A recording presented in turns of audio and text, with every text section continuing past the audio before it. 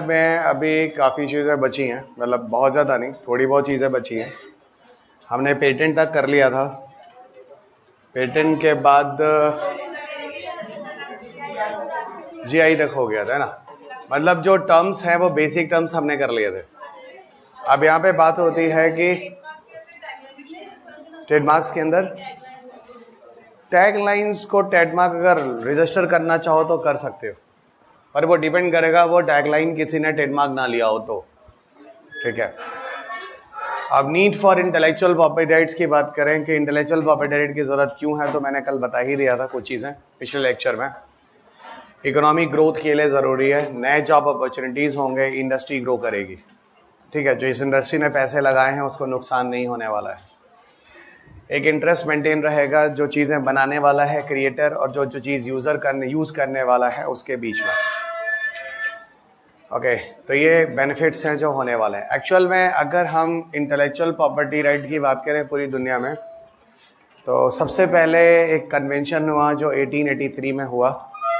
It was a Paris convention, है ना, it was a Paris convention.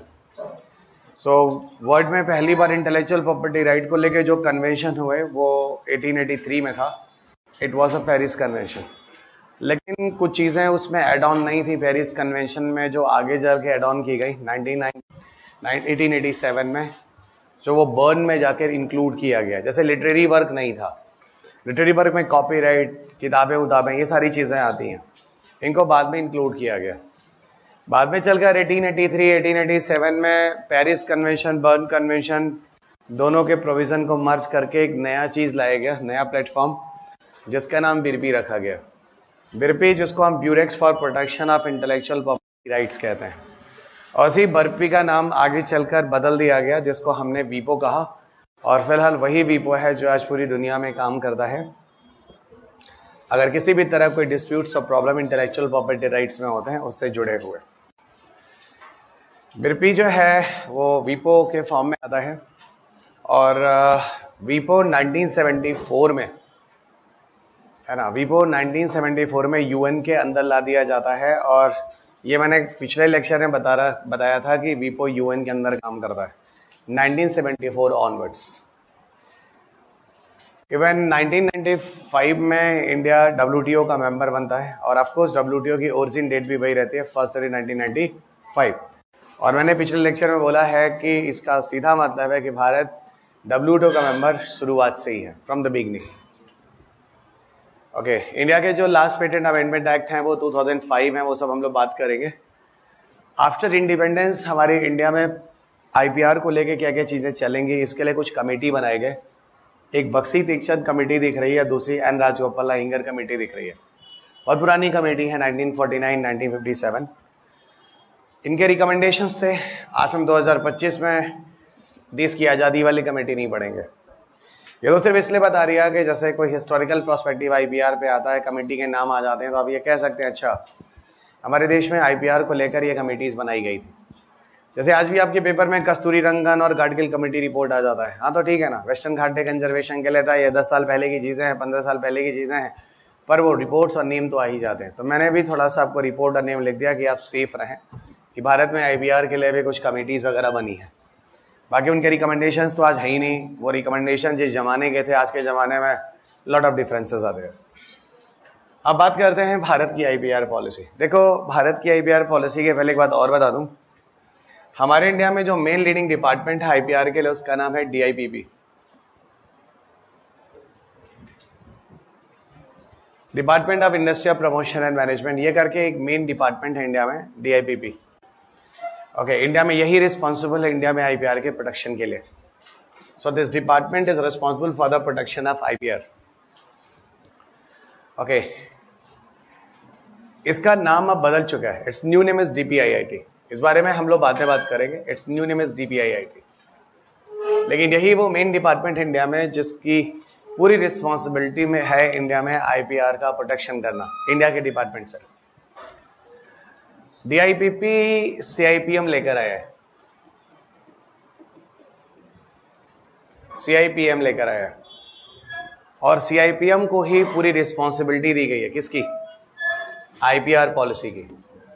कि जो इंडिया में आईपीआर पॉलिसी 2016 लाया गया, इसका पूरा केयर टेकर अगर देखा जाए सीआईपीएम है। और सीआईपीएम जो है वो कौन बनाया है? डीआईबीपी बनाया है। डीआईबीपी क्या है? भारत का मेन डिपार्टमेंट है जो आईपीआर प्रोटेक्शन के लिए काम करता है। हम आईपीआर पॉलिसी पढ़ने जा रहे हैं and that is most important for examinations. ये प्रीलिम्स के लिए भी अच्छा क्वेश्चन है और मेंस के लिए भी। सो इंडिया में आईपीआर के लिए कौन कौन से नियम कानून हैं, क्या पॉलिसीज बनाई गई, वो यहाँ पे आपको मिल जाएंगी। और जो आईपीआर की पॉलिसी 2016 जो भारत में बनाई गई है, उसमें हमने WTO का जो ट्रिप्स है ना, जो हमने प्रीवियस लेक्चर में पढ़ा था, इंटरनेशनल लेवल पे जो नॉर्म्स बनाए गए हैं उसको हमने अपने आईपीआर पॉलिसी में फॉलो किया। ऐसा नहीं कि दुनिया में कुछ अलग नियम चल रहा है और अपने आईपीआर पॉलिसी में कुछ अलग नियम चला रहे, नहीं, यूनिफॉर्मिटी है।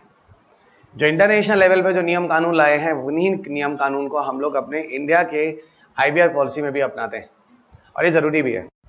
ऐसा बिल्कुल नहीं होगा दुनिया का कानून कुछ और होगा, आपका कानून कुछ और होगा। सर तो कोई पंगा हो गया तो आपकी सुरक्षा कौन करेगा? इसलिए हम लोग इन सब चीज़ों के मेंबर हैं, इन सब चीज़ों को मानते हैं, चीज़ों को अपनाते हैं। आईपीआर को लेके भारत के साथ भी तो कोई बवाल हो सकता है। पीछे बासमती राइस के बवाल हुए हैं, हल्दी को लेकर बवाल हुए हैं, तो भारत को कहीं ना कहीं उसका हेल्प मिला ना, जो भारत इनके मेंबर्स हैं, और अन्य कंट्रीज ने आपको सहयोग भी दिया था। National intellectual property right policy जो है, ये आईपीआर पॉलिसी है, पहली पॉलिसी है, और यहाँ पर हमने इंटरनेशनल जो ट्रिप्स हैं उसके रूल्स वगैरह को फॉलो किए हैं। सीआईबीएम है, self for IPR promotion and management. Self for IPR, इसको पूरी रिस्पॉन्सिबिलिटी दी गई है, और ये लेकर कौन आया है? डीआईबीपी आया है। ये सारी चीजें मैंने भी आपको पीछे बोर्ड पे बता दी। इस पॉलिसी का पूरी कोशिश है कि मेक इन इंडिया चीजों को प्रमोट किया जाए। कल को कहीं ऐसा ना हो किसी इशू को लेकर भारत में ट्रेड एक्सपोर्ट इंपोर्ट बंद हो जाए तो भारत भूखमरी के कगार पे आ जाए। तो अगर हम मेक इन इंडिया पे रहेंगे तो we will not be in dependency on the other one, तो हमें कभी किसी तरह की दिक्कत नहीं होगी। ज़्यादा से ज़्यादा अगर हम खुद पे डिपेंडेंट रहें तो। जैसे नहीं, कोविड के टाइम में क्या हुआ, लोगों ने जिन्होंने बचत नहीं की, जो बचा के नहीं चल, उनको समझ में आ गया, कोई आपको एक चवन्नी देने के लिए तैयार नहीं था, क्योंकि उनके घर की हालत भी बुरी हो सकती थी। तब आपको समझ में आया यार बचत करना बहुत ज़रूरी था, नहीं तो आज मैं अपने घर की शख्सी जान बचा सकता था, ठीक है नहीं। तो ये चीज़ें हैं, मेक इन इंडिया जैसी चीज़ें कि अगर कभी उल्टा सीधा कोई स्थिति आ गई, मान लो भारत ने जैसे पीछे एटॉमिक टेस्ट किए हैं इंदिरा जी के टाइम में, अटल बिहारी वाजपेयी जी के टाइम में, तो बहुत दिक्कतें आई थी। वो तो हमारा जो स्वदेशी चीज़ें थी, देश की चीज़ें थी, उसने हमें बचा लिया, ठीक है ना। बहुत कुछ लेवल पे हमें सफ़र किए भी थे। तो वही कह रहा है कि मेक इन इंडिया चीज़ों को प्रमोट किया जाए, और ये सही भी है, लॉजिकली सही भी है, ठीक है। अब इस आईपीआर पॉलिसी के कौन कौन से हाईलाइट्स हैं? इस आईपीआर पॉलिसी के अगर हम हाईलाइट्स देखेंगे तो एक तो इसकी पूरी कोशिश है कि लोगों में एक इंटरेस्ट बना रहे। जैसे आईफोन 15 आ रहा है, 16 आ रहा है, तो लोगों को बड़ा इंटरेस्ट है, यार नई चीज़ आ रही है। जो बना रहा है उसको भी आ रहा है कि मेरी चीज़ें बिकेंगी, और जो यूज़ कर रहा है उसको भी इंटरेस्ट है, वाह कुछ नया आएगा। तो ये चीज़ें कहीं ना कहीं इंटरेस्ट बनाते हैं। जैसे प्रोडक्ट्स मार्केट में बिकते हैं, इकोनॉमी किसी कंट्री की ग्रो करती है और एक इंटरेस्ट बना रहता है, तो ये चीज़ें भी ध्यान देना है। आईपीआर एक प्रॉफिटेबल फाइनेंशियल एसेट है और होना भी चाहिए। किसी को किसी तरह का कोई नुकसान नहीं होना चाहिए इतने सारे काम करने के बाद। इनोवेशंस वगैरह हमारे देश में होते रहे, लोग नए नए रिसर्च करते हैं, उनको लगे कि हाँ मेरा काम जो होगा मुझे पे करेगा। ऐसा नहीं कि मेरा काम है लोग पायरेसी करके मुझे बर्बाद कर देंगे। तो उनको कहीं ना कहीं आईपीआर पॉलिसी जो है कॉन्फिडेंस ही देता है। जो भारत की आईपीआर पॉलिसी है उसको हर 5 साल में रिव्यू करेंगे, ऑफकोर्स कोई कमियां है तो उसको सुधारेंगे, ये तो हमेशा जरूरी होता है। अपने पॉलिसीज में हमने WTO के जो ट्रिप्स एग्रीमेंट्स हैं उसको सबको फॉलो किया है। वो तो मैंने आपको ट्रिप्स आईपीआर पॉलिसी शुरू होने के पहले ही बता दिया था। आईपीआर पॉलिसी में सीधा बोला गया कि हम अवेयरनेस वगैरह भी करेंगे। Special focus on creation of IPR awareness and it's effective enforcement. Awareness क्या होता है? जैसे कि आप कोई रिसर्च करते हैं तो उनको प्रूफ करना होता है, उनको किसी जर्नल से पब्लिश करना होता है, बहुत तरीके होते हैं। ऐसा नहीं कि बिना इन चीज़ों को दिखाए प्रूफ किए आप सीधा लोगों को बता देते हैं, कोई और उस पर वो काम कर लेगा, वो चीज़ उसकी हो जाएगी। ऐसा कहते हैं कि जो टेस्ट ट्यूब बेबी जो था वो एक बंगाली साइंटिस्ट थे, वो सारी टेक्नोलॉजी को इवॉल्व किया था, पर वो चीज़ पता नहीं कैसे बाहर चली गई और Louis Joy Brown Great Britain का पेटेंट हो गया और दुनिया में वो एक कंट्री हो गई जिसने सबसे पहले टेस्ट ट्यूब बेबी बनाया, उसका पेटेंट है, ठीक है। तो ये चीज़ें कभी डिस्क्लोज नहीं कर रही हैं, कभी कोई रिसर्च या कोई चीज़ें, जब तक वो प्रूफ ना हो जाए। तो ये चीज़ें भी थोड़ा सा ध्यान रखना होता है, इस तरह की अवेयरनेस बताना, ये चीज़ें करना। इवन जो रिसर्च साइंटिस्ट होते हैं वो लोग भी अपने जूनियर्स को बताते, देखो जो काम किया दिखाओ नहीं, पहले पेपर पब्लिश कर लेने दो, तुम्हारा कोई कॉलिग पे तुम्हारे पेपर तुम्हारे कंटेंट को पब्लिश कर लेगा, तुम्हारा काम उसको पे कर जाएगा। ठीक है, तो ये चीजें होती हैं। इसी में अगर आप देखो तो DIPP को कुछ जिम्मेदारी दी गई। पहले जो कॉपीराइट रिलेटेड इश्यूज थे ना, वो HRD मिनिस्ट्री मैनेज करता था, ह्यूमन रिसोर्स डेवलपमेंट मिनिस्ट्री। बाद में क्या हुआ, ये सारी जिम्मेदारी DIPP को दी गई कि ठीक है, कॉपीराइट रिलेटेड जो इश्यूज हैं ये अब DIPP मैनेज करेगा इस IPR पॉलिसी से। पहले जब हम कोई ट्रेडमार्क लेते थे भाई, लोगो, सिग्नेचर, सिंबल, 13 महीने लगते थे, बाद में घटकर 8 महीने हुए और अब घटकर 1 महीने हो गया। आप इंडियन ट्रेडमार्क ऑफिस पे जाइए, वहां रजिस्टर्ड कीजिए, कुछ पैसे वैसे होंगे उसको जमा कीजिए और आपको 1 महीने के अंदर आपको मिल जाता है क्या, 1 महीने के अंदर आपको मिल जाता है ट्रेडमार्क। अब 1 महीने के अंदर मिल जाता है और ये चीज 2017 से शुरू हुई है। और पिछले लेक्चर में मैंने कहा था अगर कोई कंट्री मैड्रिड प्रोटोकॉल का मेंबर है, उसका ट्रेडमार्क पूरी दुनिया में यूज किया जाएगा, वही कंपनी यूज करेगा, कोई और नहीं। ये भी चीज मैंने पिछले टर्न पे बताई थी आपको। फिल्म, म्यूजिक, इंडस्ट्रियल डिजाइन, ये सारे के सारे कॉपीराइट्स के अंदर आते हैं। ये पॉलिसी जो है आपको हेल्प भी करता है IPR की फाइलिंग में। आप कैसे पेटेंट फाइलिंग करते हैं, कैसे कॉपीराइट फाइलिंग करते हैं, ये सारी चीजें आपको इसमें आपको बताई भी जाती है, मतलब आपकी मदद की जाती है। ठीक है ना, आपका जो काम है वो देश का काम है, आपकी वजह से देश का ही नाम होगा। आप जाते हैं और किसी गेम में स्वर्ण पदक जीत कर आते हैं, गोल्ड मेडल्स, तो आप देश का नाम करते हैं ना, आपके नाम के साथ देश का भी नाम होता है। एग्जैक्टली इस तरह के इनोवेशंस वगैरह होते हैं, इनके रिसर्च एंड डेवलपमेंट में आपको हेल्प मिलती है, टैक्स बेनिफिट मिलते हैं, वो सारी चीजें यहाँ लिखी गई है। इस पॉलिसी के अंदर एक इफेक्टिव लोन गारंटी प्रोग्राम भी होता है। अगर किसी रिसर्च कर रहा है, कुछ कर रहा है, कुछ पैसे चाहिए, तो आपको लोन्स वगैरह भी दिए जाते हैं, मतलब इनोवेशंस को काफी सपोर्ट किया जाता है। इसमें कुछ फ्लेक्सिबिलिटी ऑप्शंस भी दिए गए हैं, है ना। सेक्शन 3D लिखा होगा, इसमें कुछ कंपल्सरी लाइसेंस भी है। सेक्शन 3D कंपल्सरी लाइसेंसिंग वाला केस है। असल में ऐसा है कि जो इंटरनेशनल लेवल पे ट्रिप्स है उसमें कुछ फ्लेक्सिबिलिटी दी गई है। फ्लेक्सिबिलिटी अगर कुछ एडवर्स कंडीशन है उस केसेस में, यानी कुछ छूट आपको मिल सकती है, और भारत ने उस छूट का एक फायदा उठाया हुआ है एक बार अरुण जेटली जी के टाइम में, और वहां पर अमेरिका काफी लताड़ता है भारत को, ये जो कर रहे हो ठीक नहीं है। तो सर क्या था अरुण जेटली साहब के टाइम में जो भारत को लताड़ा गया और जो चीजें हुई, मैं बताता हूँ। ऐसा होता है कि टाइम होता है जब इंडिया में कैंसर होता है, बड़ा कॉमन होता है, और उस समय हमारे फाइनेंस मिनिस्टर होते हैं श्री अरुण जेटली साहब।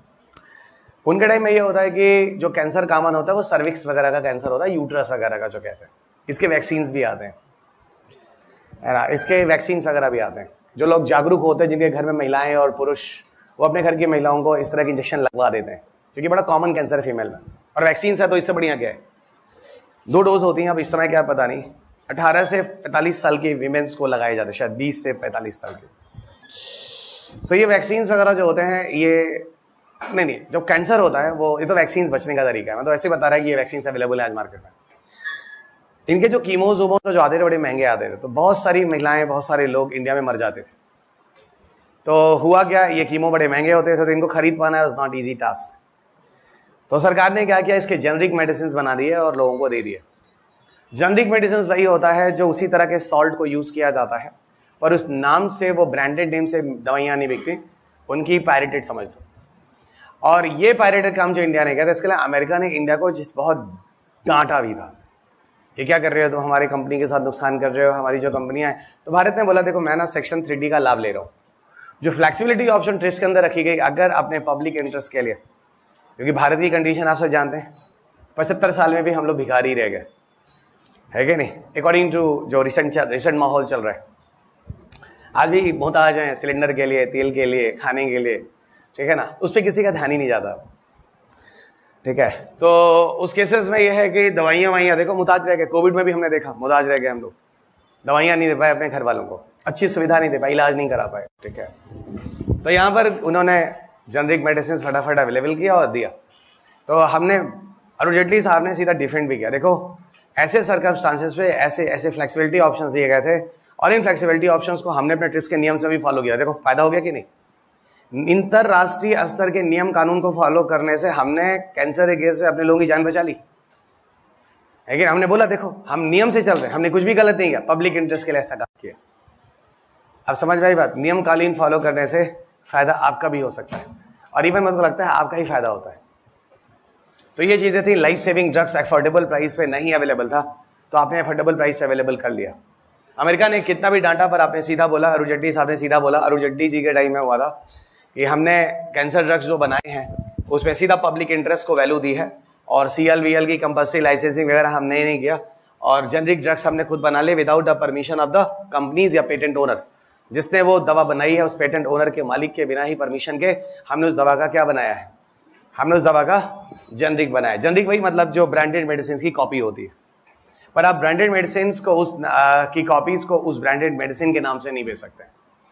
ठीक है, ये भी आपको थोड़ा सा बताऊं आगे चल के, when I will discuss with you about the primary patent और सेकेंडरी पेटेंट का किस्सा क्या है, कहानी आ गया और एवरग्रीनिंग ऑफ पेटेंट किसे कहते हैं। रुको अभी आगे बढ़ते हैं आई प्रिज्म पर।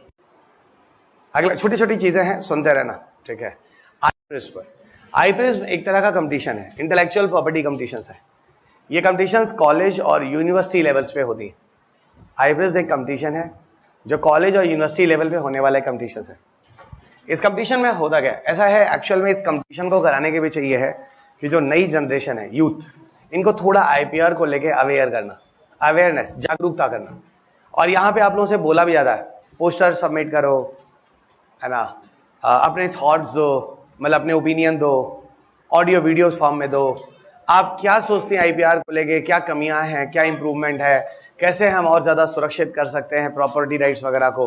इसमें आप लोग के थॉट्स लिए जाते हैं। कहने का मतलब ये होता है एक कंपटीशन इस लेवल पे कराया जाता है कि नई जनरेशन को IPR के बारे में ज्ञान हो, नॉलेज हो, जिसके बेसिस पे लोग इन चीजों को समझें, ठीक है ना। और ये एक प्राइज डिस्ट्रीब्यूशन होता है जिसको 4 लोग मिलकर मैनेज करते हैं। एक तो CIPM, self for IPR promotion and management, दूसरा DIPP मैनेज करता है और साथ साथ एसोचैम और एरेक्सन मैनेज करता है। ये चारों मिलकर इस कंपटीशन को ऑर्गेनाइज करते हैं और किसी ना किसी डायरेक्ट इनडायरेक्ट तरीकों से बच्चों को IPR अवेयरनेस दिए जाते हैं। देखो ना 30 से 60 सेकंड वगैरह के ऑडियो वीडियोस वगैरह सब बना के दिए जाते हैं। जिसका जो ज्यादा अच्छा होगा उसको थोड़े अवार्ड्स भी दिए जाते हैं, प्रमोशंस होते हैं। थोड़ा सा DIPP के बारे में बात कर लेते हैं भाई, जिसका नाम बदलकर अब DPIIT हो गया। DPIIT का मतलब होता है department for promotion of industry and internal trade, और शुरुआत में इसका नाम था department of industrial policy and promotion, DIPP। DIPP actual में लाया जाता है 1995 में। नाम DIPP बाद में आता है, पर यह चीज कहीं ना कहीं 1995 के आसपास आ जाती है। ये DIPP 2000 में काम करना शुरू करता है मिनिस्ट्री ऑफ कॉमर्स और इंडस्ट्री के अंदर। तो मिनिस्ट्री ऑफ कॉमर्स के अंदर आता है कौन, DIPP। ये क्वेश्चन अच्छा क्वेश्चन है। DIPP is working under ministry of commerce. अब पढ़ोगे आपको मिल जाएगा। अब बात ही होती है DIPP का काम क्या। देखो वैसे तो DIPP का मेन काम है भारत में IPR के प्रोडक्शन को लेकर, मेन जो डिपार्टमेंट है DIPP है, वो मैंने आपको शुरू में बता दिया है। पर DIPP इसके अलावा फॉरेन इन्वेस्टमेंट को भी प्रोटेक्ट करता है। फॉरेन इन्वेस्टमेंट को प्रोटेक्ट करने का मतलब क्या होता है, जो दूसरे कंट्रीज के जो FDI फ्लो होते हैं ना, जो इंडिया में आते हैं, उनको सेफ और सिक्योर करने का काम करता है। उनको कहता है कि भैया आप लोग आके हमारे कंट्री में आप इन्वेस्ट करो, कोई दिक्कत नहीं है, मैं आपकी सुरक्षा करूंगा, आपकी चीजें यहाँ आएंगी, उसकी कोई पायरेसी नहीं होगी, आपके बैटरीज को कोई नहीं बनाएगा, कोई नहीं छुएगा, आपकी चीजें यहाँ पर पूरी तरह से सेफ और सिक्योर होंगी। इस तरह का कॉन्फिडेंस, इस तरह की सेफ्टी और सिक्योरिटी कौन देता है, DIPP देता है इन कंपनीज को, जिससे हमारे यहाँ पर FDI फ्लो अच्छा होता है। अब FDI आपकी पार्ट ऑफ इकोनॉमी हो जाता है, लोग आते हैं, इन्वेस्ट करते हैं और लगे हाथों आपके कंट्री के लोगों को एम्प्लॉयमेंट जनरेशन होता है, आपकी कंट्री की इकोनॉमी बढ़ती है, उनकी अपनी बढ़ती है, फायदा तो हमको भी होता है। और सरकारें कह सकती हैं कि देखो हमने आपको अपने टाइम में ये सब करवा के आपको नौकरियां दी हैं। सही बात है, गलत नहीं है, क्योंकि सरकार इन चीजों के लिए एक्शन लेगी ना, ये चीजें लाई जाए ना लाई जाए, उनको सिक्योर करने के लिए। और सबसे बड़ी बात, लोग 5-5, 6-6 लाख रुपए महीना कमाने के लिए देश छोड़ के जाते थे, परिवार को छोड़ के जाते थे। इस तरह की कंपनियां आएंगी तो अच्छा पेमेंट भी देंगी और देश के अंदर रहेंगे, अपने माँ बाप के साथ रहेंगे। फायदा हुआ कि नहीं हुआ, चलेगा। नहीं तो ऐसे ऐसे किस्से भी आपने सुने होंगे, पिताजी सड़ गए, बॉडी डिकम्पोज हो गई, 3 महीने बाद बच्चे को पता चल रही है। बताया था मैंने ऐसा, है ना। ये सब भी बड़ा खतरनाक होता है आजकल।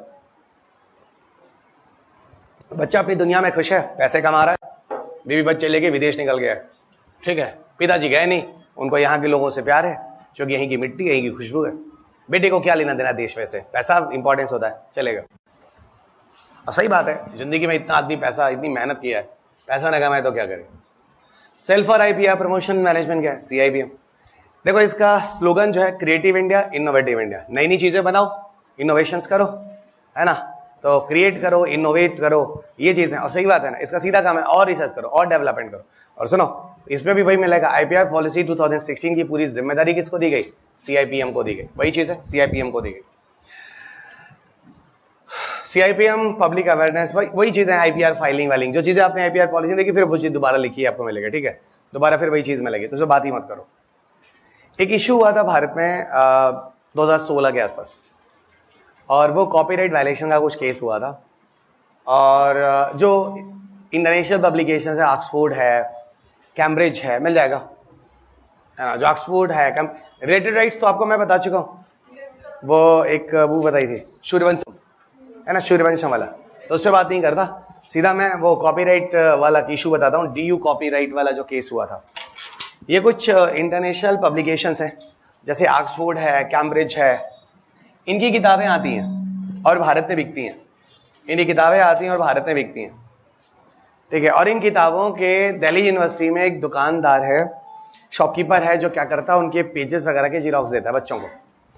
तो इन पब्लिकेशंस ने सीधा केस फाइल किया, कहाँ, दिल्ली हाई कोर्ट, भाई देखो ऐसा है, ये गलत हो रहा है, हमारी किताबों के ना जीरोक्स हो रहे हैं, और सही बात है, इनकी किताबें आती हैं डॉलर्स और यूरोज में, है ना, और वो कुछ रुपए में जीरोक्स हो जाते हैं, बात समझ आ रही है कि नहीं? इनकी किताबें किसमें आती हैं, $, यूरोज में, और कुछ रुपए में जीरोक्स हो जाते हैं, तो इनकी कमाई नहीं हो रही है ना, तो एकदम हाई कोर्ट में पहुंच जाते हैं। अब हाई कोर्ट में पहुंच जाते हैं, हाई कोर्ट वाले कहते हैं सुनो, जो बच्चे हैं ना दिल्ली यूनिवर्सिटी वाले, जो उस दुकान, सुनो उस बंदे की जो दुकान वाला था, उसकी फोटो भी है, मैं दिखाऊंगा नहीं, आप देख लेना, पूरा इंटरनेशनल लेवल का आदमी हो गया वो, जो दुकानदार जो जीरोक्स करता था, ठीक है ना। तो हाई कोर्ट ने क्या किया, जजमेंट क्या दिया, हाई कोर्ट ने बोला देखो, जो फोटो कॉपिंग मटेरियल जो कराए जा रहे हैं ना, वो पूरी बुक की नहीं हो रही, पहली बात, सिर्फ और सिर्फ वो हो रही है जो चीज आपके सिलेबस में दी गई है, और आपके सिलेबस में आपकी पूरी किताब तो दी नहीं गई है, कि अगर आप ये सोचते हैं आपकी पूरी किताब हो रही है, तो वो तो कुछ पार्ट्स के पेजेस को, और वो भी पर्सनल पर्पस के लिए कराया जा रहा है, कि कॉमर्शियल पर्पस के लिए उसको जीरोक्स करके मार्केट में बेचा जा रहा है, तो ये कोई कॉपीराइट वायलेशन नहीं है। तो सर आप कहना क्या चाह रहे हैं? मैं कहना ये चाह रहा हूं कि मेरी किताब मार्केट में आती है, साइंस टेक और एनवायरमेंट की दोनों, science tech 7th addition, environment की 3rd एडिशन, अब तो 8 और 4 हो गई, ठीक है। तो अगर ये जो किताबें जो एडिशन जो आ रही हैं, ठीक है, तो अगर इसका किसी एक चीज, किसी बच्चे को एक पन्ने का कोई जीरोक्स चाहिए, जग करा ली, इसमें मैकरा हिल उसको वायलेशन मारेगा क्या? नहीं, कुछ नहीं, आप नहीं समझ रहे। देखो आप अपनी काम के लिए कुछ पेजेस कराते हैं, इट्स नॉट वायलेशन। अगर आप अगर उसको कराकर फिर मार्केट में बेचते हैं तो वो एक वायलेशन है। तो दुकानदार क्या कर रहा है, आप जो जा रहे हैं, आपको आपके पेज का जीरोक्स करके दे रहा है, नहीं समझ आएगा? अरे भाई मैनिपुलेट करना आना चाहिए कि नहीं आना चाहिए? तो जो बोला ऐसे समझ लो, अब इसको पढ़ो आपको मिल जाएगा। सीधा कह रहा है सेक्शन 52(1) है, जैसे वहां पीछे सेक्शन 3D था, कौन सेक्शन पढ़ा था पीछे? कंपल्सरी लाइसेंसिंग वाला सेक्शन, यहाँ 52(1) आई पढ़ रहा, रटना पड़ेगा, कोई ऑप्शन नहीं है। Section 52(1) I, copyright act, photocopy material which is copyrighted for using are users purpose, जो आपके कोर्स में लिखा हुआ है वो अलाउ है, जो आपके कोर्स में लिखा हुआ है वो अलाउ है, नहीं समझ आएगा? यानी जो आपके सिलेबस में है वो अलाउ है, ओन पर्सनल के लिए कर रहे हैं ना, कमर्शियल थोड़ी ना कर रहे हैं, ये अलाउ है, ये लिखा गया, चलेगा। और वैसे भी देखो नीचे इन्होंने क्लियर कर दिया कि फोटोकॉपी अपने लिए किसी पर्पस के लिए जीरोक्स कराना अगर हम करा रहे हैं तो कोई वायलेशन नहीं है, भाषण में। तो इसको बहुत ही मतलब तरीके से ये जो निर्णय दिया हाई कोर्ट ने वो बच्चों के फेवर में ही दिया था।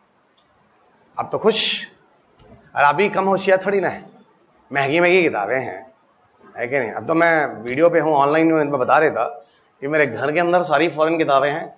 जब IIT दिल्ली छोड़ रहा था मैंने बहुत सारी किताबों को जीरोक्स करके रख लिए थे। पूछो क्यों? इसलिए कहीं एक दिन तुम लोग मुझे क्लास में सुनना बंद कर दो तब। बाकी लोग तो अरबपति हो चुके हैं, वो उसके इंटरेस्ट से पैसा कमा लेंगे, हम क्या करेंगे? तो हम फिर उन्हीं किताबों को पढ़ेंगे और विदेश निकल लेंगे। नॉलेज को कोई बांट थोड़ी ना सकता है, छीन थोड़ी ना सकता है, वो तो मेरा है, निकल लेंगे। तो मैंने बड़ी महंगी महंगी किताबें लाखों लाखों रुपए की कुछ हजार रुपए में रखी हुई है अपने घर में, और सुनो हार्ड बाइंडिंग करके, स्पाइरल भी नहीं, लंबी चलेंगे। तो सर फिर आप क्या भेजें फालतू बातें, ठीक है, इसलिए मैं बता नहीं रहा था। आगे बढ़े, मैंने अपने पर्पस के लिए रखा था, कॉमर्शियल करने के लिए नहीं। भेज के देख लो। हाँ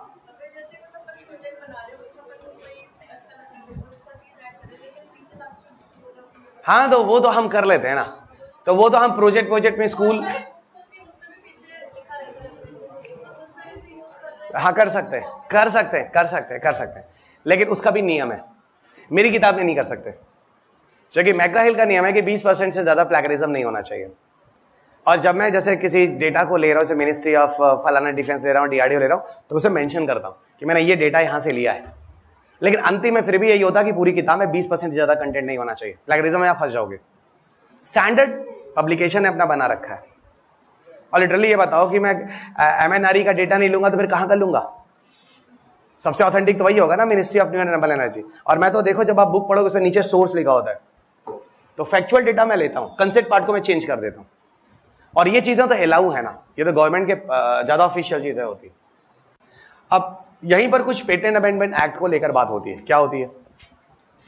1970 और 2015। देखो ऐसा है कि जो अभी है, जो पेटेंट अमेंडमेंट एक्ट है, इट इज 2005। तो सर 2025 तक आ गए, 20 साल होने जा रहे हैं, अभी तक 20 साल में कोई अमेंडमेंट एक्ट दोबारा नहीं हुआ? नहीं, कुछ नहीं हुआ। इसके पहले 1970 था, उसका 2005 हो गया।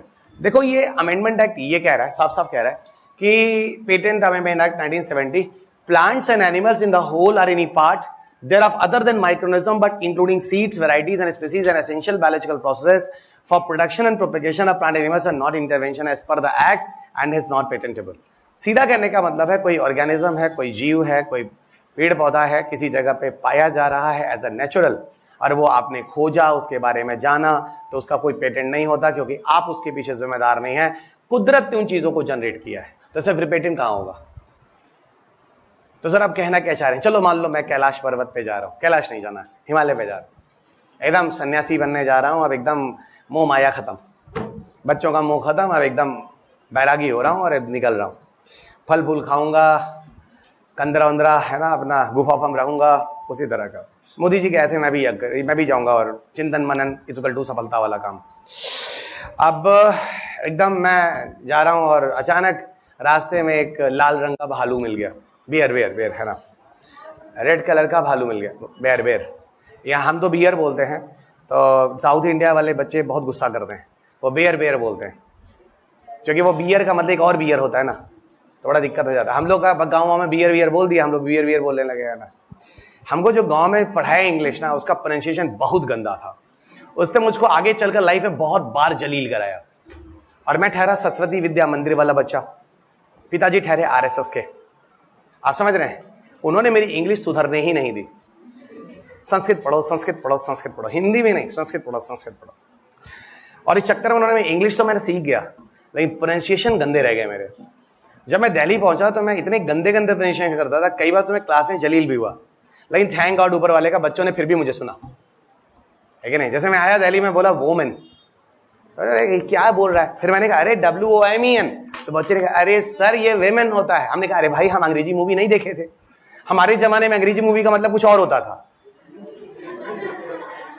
आप समझ गए, पता है मुझे, ऐसा नहीं, आपका भी वही जमाना है, ठीक है।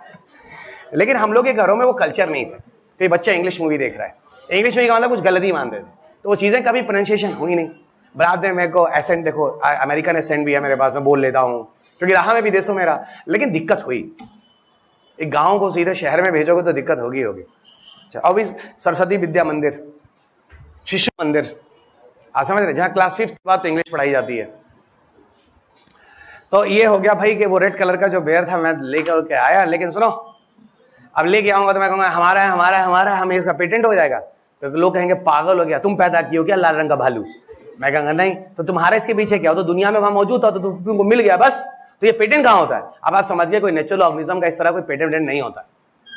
कोई चीज कहीं मिल रही, कोई पौधा मिला, जंतु मिला, आपने ढूंढ डाला तो पेटेंट हो जाएगा? प्लीज, ऐसे नहीं होता। तो फिर 2005 में क्या कहा गया? 2005 में कहा गया पेटेंट हो सकता है। क्यों? मैं बताता हूं कैसे। 1970s में क्या था, है ना, नहीं वो इस बच्चे को बोल रहा है ना। 1970s में क्या था कि देखो, 1970s में क्या था, उस समय बायोटेक वायोटेक नहीं हुआ करते थे, तो लोगों को पता नहीं था कि किसी बैक्टीरिया के अंदर कोई जीन मिल सकता है, क्राइबनेसी, जिससे हम बीटी क्रॉप बना सकते हैं। आप समझ मैं कहना क्या चाह रहा हूं? तो ये चीजें बाद में जाकर एड ऑन हुई, ये चीजें बाद में जाके एड ऑन हुई। बाद में जाके एड ऑन क्या हुआ? बाद में जाके एड ऑन ये हुआ कि भाई देखो, ये जो हाँ हो गया, मतलब किसी जीन वीन का तो पेटेंट हो ही सकता है, ए भाई जब बायोटेक पढ़ोगे उसमें एक चीज मिलती है, बैसिलस thuringiensis एक बैक्टीरिया है जो सॉइल में पाया जाता है, ग्राम पॉजिटिव नेचर का होता है। उसके अंदर की एक जीन है, साइंटिस्ट ने ढूंढा, इसका नाम है क्राइवन एसी जीन। उस क्राइवन एसी जीन को ही हम रिकॉम्बिनेंट डीएनए टेक्नोलॉजी से एज अ ट्रांसजेनिक प्लांट्स बनाने के चक्कर में उसको हमने tobacco, cotton, brinjal, mustard, potato इस सब में डाल दिया, और उसी बैक्टीरियल जीन की वजह से इन पौधों के अंदर रेजिस्टेंस आ जाता है। अब कीड़े इनको नहीं खाते हैं, पौधे बच जाते हैं, है ना। तो वो चीज तो हमने जेनेटिकली मॉडिफाई करके बनाया through the help of research and experiment ना, वो पेटेंट होगा क्योंकि वो रिसर्च हो गया ना। अब भी नहीं समझ में आ रहा? हाँ, तो थैंक गॉड आप समझ गए। वही 2005 में चेंजेस किए गए। पांडा का चाइना का पूरा बताओ, आधा ना बोला करो, हमको नहीं पता। हाँ, चाइना ने पांडा को पेटेंट कराया था। हाँ, ये हम कैसे मान सकते हैं? अरे किसी कैरेक्टर को कराया होगा, और यहाँ पे हम पांडा को बोल दिए होंगे।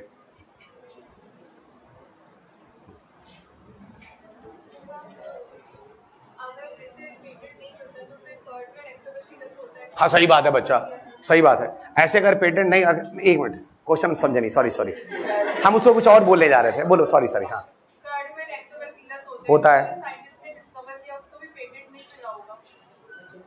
वो नेचुरल माइक्रोऑर्गेनिज्म है ना। हाँ, तो वो पेटेंट नहीं है ना, क्योंकि नेचुरल ऑर्गेनिज्म है। हाँ, उसके अंदर कोई जीन ढूंढ लो, वो मिल जाएगा।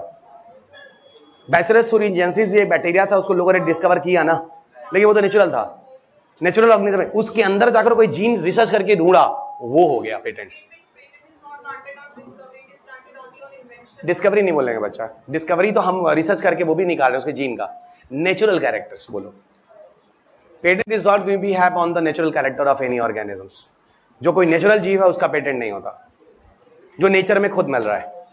हमने खोजा कोई बड़ी चीज नहीं है, वो नेचर में मौजूद थी, हम नहीं तो कोई और देख लेता। लेकिन उसके अंदर रिसर्च करके उसका कोई जीन निकाला, जिससे बायोटेक का एक पौधा बन गया, जैसे हमने पौधों को बचा लिया, वो एक रिसर्च हो गया। हाँ, वो हो गया रिकॉम्बिनेंट बीटी तो है। I think you people very clear. मैंने एग्जाम्पल के थ्रू समझाने की कोशिश की है, ठीक है। ये पेटेंट पॉलिसी गलती से एक बार और रिपीट हो गई है, घबराना नहीं। वही आईपीआर पॉलिसी, सीआईपीएम की जिम्मेदारी, ट्रेडमार्क 13 महीने से 8 महीने, फिर 1 महीने, वही मैड्रिड प्रोटोकॉल, ये चीजें एक बार और रिपीट हो गई हैं, तो इसमें परेशान होने की जरूरत नहीं है। और जितने भी लोग क्लासेस सुन रहे हैं, सीधे की सीधी सारी क्लासेस जो हैं टेलीग्राम पे पढ़ी हैं, बिल्कुल इधर उधर जाके हमको परेशान करने की जरूरत नहीं है कि सर कहाँ मिलेगा, सब कुछ है। और ये सारी चीजें जो है वो आपको बुक से ही मिली हैं, तो बुक में भी पढ़ोगे सारी चीजें आपको दोबारा, ये आप पढ़ रहे होंगे तो ये सारी कहानियां मिल रही होंगी, और मजा भी आ रहा होगा कि सर ने क्लास वाला काम कर दिया, घर पे जाके इत्मीनान से पढ़ने वाला काम हम कर लेते हैं। ओके, अच्छा देखो यहाँ पे एक चीज और बतानी है, प्राइमरी पेटेंट और सेकेंडरी पेटेंट। अब ये क्या होता है, एक मिनट देखो, जनरली दवाइयों वालों में मैं कुछ बताता हूँ। दवा कंपनियां क्या करती हैं, जो मेडिकल जो कंपनीज होती हैं, ये क्या करती हैं, एक दवा इन्होंने बनाया, बहुत बढ़िया, उस पर बढ़िया रिसर्च एंड डेवलपमेंट किया, बहुत बढ़िया, 50 सैकड़ों हजारों साइंटिस्ट लगे, बहुत बढ़िया, 100 करोड़ रुपए लग गए, बहुत बढ़िया, और अंत में जाके इन्होंने दवा बना लिया, बहुत बढ़िया। अब इस दवा को बनाने के बाद इनको मिल जाता है पेटेंट, इंडियन पेटेंट ऑफिस से इनको दे दिया पेटेंट, बहुत बढ़िया। अब इतना करने के बाद इनको 6 साल का मिल गया लाइसेंस कि आप बनाइए दवा और आप इसका प्राइस डिसाइड कीजिए, आप इसको मार्केट में भरिए। अब 6 साल के लिए अगर इनको पेटेंट मिल गया, तो अब ये 6 साल के लिए इस दवा को कोई बना नहीं सकता है। अब ये पेटेंट कहलाएगा बच्चा इस दवा का क्या, प्राइमरी पेटेंट। अब कंपनियां होती हैं थोड़ी होशियार, वो क्या करती हैं कि वो जानती हैं अगर पेटेंट एक्सपायर हो जाएगा, तब ये दवा का जो सॉल्ट है, जो इसमें यूज किया गया मेन सॉल्ट, इसको जो कंपनियां हैं जिनको हम जेनरिक मेडिसिन बनाने वाली कंपनियां कहते हैं, वो इसके सॉल्ट को यूज करके मार्केट में नॉर्मल यानी जेनरिक मेडिसिन ले आएंगे। वही जेनरिक मेडिसिन जिसमें रिसर्च नहीं होता है, वही जेनरिक मेडिसिन जिसमें कोई लैब नहीं बनाया जाता, वही जेनरिक मेडिसिन जिसमें सैकड़ों साइंटिस्ट मिलकर 10 साल काम नहीं करते, ये पकी दवाइयों के सॉल्ट को लेकर और सीधा उसी इंग्रेडिएंट को यूज करके कोई दवा बना लेते, पर अलग नाम से यूज करते हैं। एग्जाम्पल ले लेता हूं, पैरासीटामॉल जो किसी जमाने में आती थी, हल्के डोलो ओलो और क्या चेंज होते होते कहां नाम आ गया उसका, वो एक्चुअल में एक सॉल्ट था जो कालपाल में यूज होता था, क्रोसिन में भी शायद था। तो कालपाल क्रोसिन का जो पैरासीटामॉल एक सॉल्ट था, वो कालपाल और क्रोसिन का जब पेटेंट खत्म हुआ, उसके बाद उस सॉल्ट के नाम पर एक दवा बना दी गई, उस सॉल्ट के नाम पे उसी दवा को बोल दिया पैरासीटामॉल। सब जानते, बहुत ही कॉमन दवा थी। अब डोलो बोलो आ गया, क्या क्या आ गया, वो you people know very well, है ना। तो ये paracetamol was a generic drug, but वो सेम नाम से नहीं बिकेगा कालपाल के नाम से। समझ में आ गई बात? ठीक है। अब देखो, आप अगर जन औषधि आउटलेट पे जाते हैं, जन औषधि आउटलेट, मोदी जी की फोटो होती है, बड़ी प्यारी सी होती है, मोदी जी बहुत क्यूट लगते हैं उसमें। उसमें बड़ा एडवर्टाइजमेंट होता है कि देखो ऐसा है कि ये दवाइयां हैं, आपको 10% से लेके 90% तक की छूट पे मिल जाते हैं, लिटरली मिल जाते हैं, क्योंकि वहां पे कोई रिसर्च डेवलपमेंट नहीं होता, प्राइस सीधा सीधा हल्का हो जाता है, कोई बढ़िया वो मार्जिन वर्जिन होता नहीं है उसमें, ठीक है, और इसलिए वो सस्ती हो जाती है और बस ठीक है। और सुनो, काफी हद तक कारगर भी होती है। डॉक्टर्स कई बार जेनरिक मेडिसिन को लेके कहते हैं नहीं ये सही नहीं है, इसमें जो डोज हम चाहते थे वो एक्चुअल में वो सॉल्ट उस प्रोपोर्शन में नहीं है। तो बाहर के लोग कहते हैं बड़ा प्लस माइनस है। बोला ना, मैं एडवांटेज ही बोलूंगा, डिसएडवांटेज ही बोलूंगा, मैं किसी के लिए बायस तो हूं नहीं, ठीक है। तो उसमें यह होता है कि भाई ऐसा है कि बाहर वाले कहते हैं नहीं नहीं नहीं, डॉक्टर को पता है कि इसको भी मर्सिडीज खरीदनी है, तो इसको पता है कि जब इतने इंजेक्शन बेचेगा तो इसको मर्सिडीज जो होगा कंपनी वाली गिफ्ट दे देगा, कई करोड़ के इंजेक्शन वो बेच देगा तब, तो इन लोगों का कमीशन चलता है। क्या है आई डोंट नो, मैंने उसका एडवांटेज ही बोला, मैंने उसका डिसएडवांटेज ही बोला, मैंने डॉक्टर के पक्ष में भी बोला कि वो सॉल्ट नहीं है, मैंने उसके अपोजिट में बोला कि ये कमीशन खाता है, तो I don't know what is it. अब मैं इस पर पढ़ना भी नहीं चाहता हूं, पर मैंने अपने घर में देखा, हमारे चाचा बेच बेच कर उनको इंजेक्शन को, इनको सेलो एक गाड़ी मिली थी बहुत पहले, तो ये हमको पता है कमीशन मिलता है। उस जमाने में 12-14 हजार की गाड़ी, लाख की गाड़ी मिली थी उस समय। 12-14 हजार 20-25 साल बहुत हुआ करता था, वो लंबी वाली, सिर्फ इंजेक्शन बेच बेच के इतने इंजेक्शन लगाए उन्होंने कि गाड़ी मिल गई। क्या है भाई, चलिए है, अच्छी बात है। आप लोग भी तो कितने ईमानदार बनने वाले हैं, आप लोग भी जानते हैं, लूटने ही तो जा रहे हैं देश को। 1% बच्चा मुश्किल से ईमानदार रहेगा, बाकी तो 99% चोर ही करेंगे, आप लोगों को भी पहले से पता है। अब सेकेंडरी पेटेंट क्या होता है, मैंने प्राइमरी पेटेंट समझा दिया, और प्राइमरी पेटेंट के बेसिस से मैंने आपको जेनरिक मेडिसिन समझा दी मैंने। जेनरिक मेडिसिन समझ में आ गया, जन औषधि आउटलेट समझ में आ गया, दवाइयां सस्ती क्यों है समझ में आ गया। अच्छा, सेकेंडरी पेटेंट क्या होता है? देखो ऐसा है कि एक कंपनी का पेटेंट एक्सपायर हुआ, हो गया एक्सपायर, ठीक है। एक्सपायर होने के बाद क्या होता है कि वो कंपनी एक्सपायर होने के ठीक थोड़ा पहले कोशिश करती है उस दवा का फिर से पेटेंट ले ले। उसको ही पता कि सेम हुबू अगर ये सॉल्ट वो पेटेंट ऑफिस से भेजेगी तो रिजेक्ट कर देगा, तो क्या करती है उसमें थोड़ा सा चेंजेस कर देती है, और इस हिसाब से चेंजेस करती है कि लगे कि अरे भाई ये एक नई दवा आ रही है। ऐसे लगभग 1700 दवाएं, हजार दवाएं, मेनी सो थाउजेंड्स के नंबर में हर साल इंडियन पेटेंट ऑफिस रिजेक्ट कर देता है इन दवाइयों को, और फिलहाल सही करता है, नहीं तो आम जनता को जेनरिक मेडिसिन मिलेगी ही नहीं। एक बार दवा महंगी रही, 6 साल और महंगी हो गई, 6 साल और महंगी हो गई, थोड़ा थोड़ा आप सॉल्ट को चेंज करने लगे, और धीरे धीरे आप दवा का फिर से पेटेंट लगने लगे। अगर आपने सॉल्ट चेंज करके और पेटेंट ऑफिस को मतलब कंफर्मेशन कर दिया कि हाँ कुछ अलग ही हटकर है, तब आपको दोबारा पेटेंट मिल जाता है, उसको कहते हैं सेकेंडरी पेटेंट। और अगर किसी कंपनी को प्राइमरी पेटेंट मिलने के बाद अगर आपने पेटेंट ऑफिस को सेटिस्फाई कर दिया कि ये बिल्कुल काफी हद तक नहीं है, तो इसको हम बोलते हैं एवरग्रीनिंग ऑफ पेटेंट। क्या बोलेंगे? Evergreening of patent. मेरे ख्याल से मैंने आपको primary patent, secondary patent, evergreening of patent और जेनरिक ड्रग्स ये सारा समझा दिया।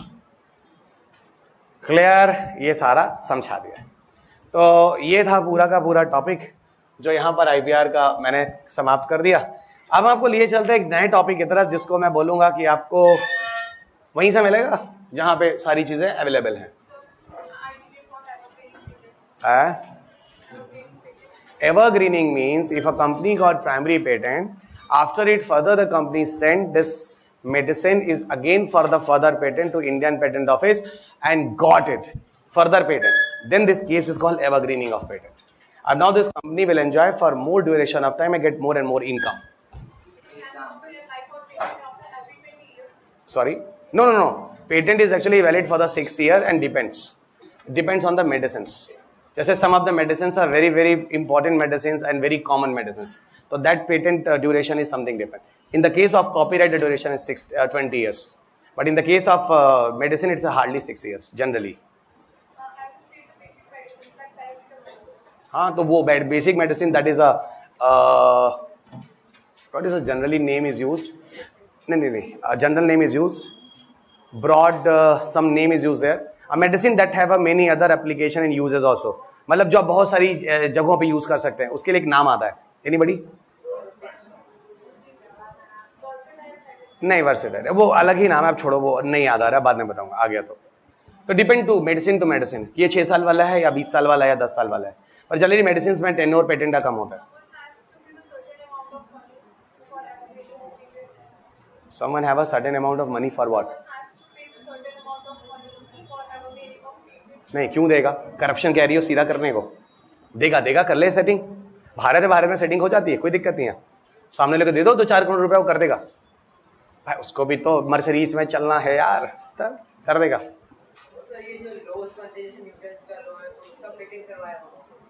न्यूटन्स के लॉ का पेटेंट है, लॉ का क्या पेटेंट होता है जी? हदूसा के पेटेंट होता है। न्यूटन्स लॉ है, खुद ही न्यूटन्स उसमें नाम लिखा हुआ है, उसको क्या थियरी करना है? क्या ये थियरी का पेटेंट होता है क्या? थियरी तो गलत हो जाती है, उसका क्या पेटेंट होता है? रिसर्च का पेटेंट होता है, थियरी का क्या पेटेंट होता है? पहली बार सुना किसी थियरी का पेटेंट होता है। मैं भी थियरी दे रहा हूं, मैं भी दे दूंगा कुछ थियरी, पेटेंट करा लो। हवा कुछ भी बोल दो। 2050 इंडिया बिकम डेवलप कंट्री, मेरी थियरी है। 2050 में भारत विकसित राष्ट्र हो जाएगा। चलो फालतू बातें नहीं। Now come into the next chapter, defence technology. अपना कॉपी और पेन खोलो, थोड़ा कुछ बेसिक चीजें करते हैं।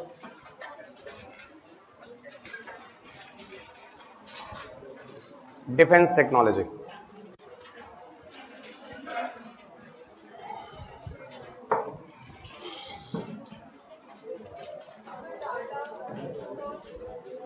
हाँ डेटा कौन सा? कल नेक्स्ट क्लास में। घबराओ नहीं, तुम गिनती से पूछी जाना, मैं गिनती से बताता जाऊंगा, टेंशन मत लो।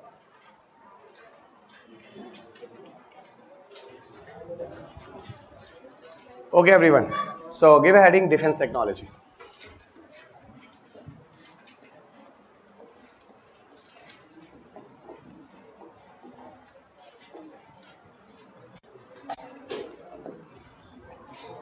Defence technology,